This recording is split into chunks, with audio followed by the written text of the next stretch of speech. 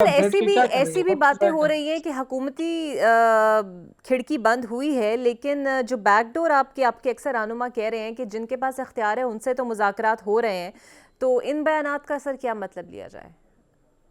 मेरे इल्म में ऐसी कोई बात नहीं है। मैं तो ये डिनाई करता हूँ, कोई भी मुज़ाकरात किसी और जगह नहीं हो रहे हम्म। हैं। जितने मुज़ाकरात थे वो यही थे, सामने थे।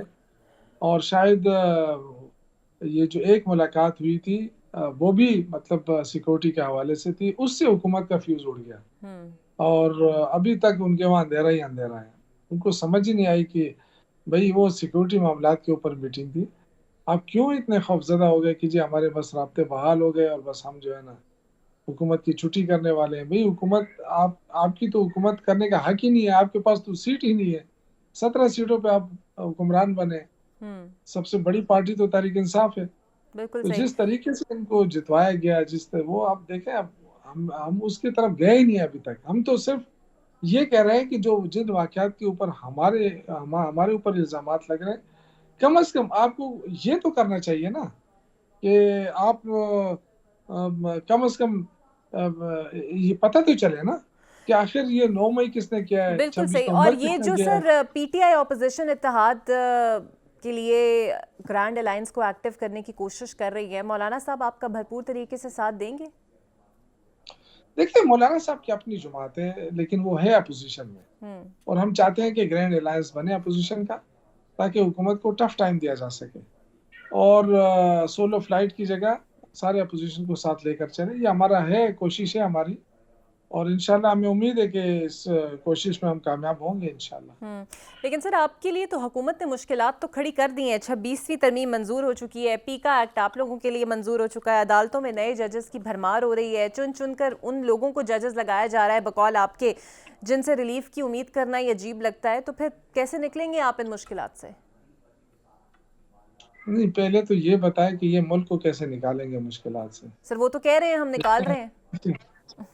इसी से निकालेंगे कि हम्म। आपने जुडिशल सिस्टम तबाह कर दिया, आपने माशी निज़ाम को तबाह कर दिया, आपने सियासी कल्चर को तबाह कर दिया, और आपके वहाँ इन्वेस्टमेंट ख़त्म हो रही है, लोग भाग रहे हैं। तो मेरे ख्याल से आखिर में ये शरीफ फैमिली और ये रह जाएंगे कि मतलब हुकूमत करने। तो जरदारी और शरीफ फैमिली से तो मुल्क नहीं चलता ना। इसके लिए तो दिमाग चाहिए, इसके लिए हौसला चाहिए। ये तो देखें, ये तो लेकिन शौकत साहब इन पे तो थोड़ी। आप लोग सर ट्रंप पर इक्तफा कर रहे थे, वो लगता है ट्रंप कार्ड भी नहीं चलना। हुकूमत दावा कर रही है अमरीकी सरमायाकारी आ रही है, वो जेनफिन बिज नामी कोई बड़े सरमायाकार को पाकिस्तान ले आई, आपने भी देखा ही होगा, उन्होंने प्रेस कॉन्फ्रेंस की।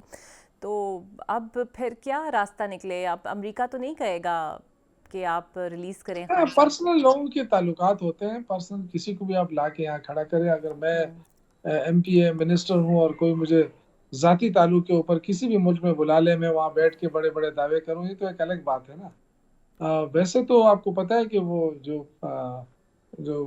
अमेरिकन एडमिनिस्ट्रेशन है, उन्होंने तो वो कर दिया ना कि ये अपने पर्सनल विजिट के ऊपर आए, इससे हुकूमत का कोई ताल्लुक नहीं है। अब आपको हम्म। भी पता है कि जो ट्रेडर्स हैं हमारे, उनसे तो ना पॉलिसियाँ मतलब लोग एक्सपेक्ट करते हैं, ना सो हर बंदा अपनी वो देखता है, फ़ायदे को देखता है। तो शायद ये इनको बताया गया होगा कि जी आप आएँ, इन्वेस्टमेंट करें, आपको बड़ा फ़ायदा मिलेगा। तो वो तो उस कॉन्टेक्स्ट में बात हो रही है ना, ये मुल्क चलाने की बात हो रही है। मुल्क इनसे नहीं चल रहा। शहबाज शरीफ निगरान दौर में भी निगरान दौर से पहले भी प्राइम मिनिस्टर रहे, उसके बाद भी इतने अरसा हो गया, 1 रुपए का रिलीफ आवाम को नहीं दिया। आज देखें पेट्रोल फिर महँगा हो गया। पूरी दुनिया के अंदर पेट्रोल की कीमतों में कमी आ रही है। हम्म।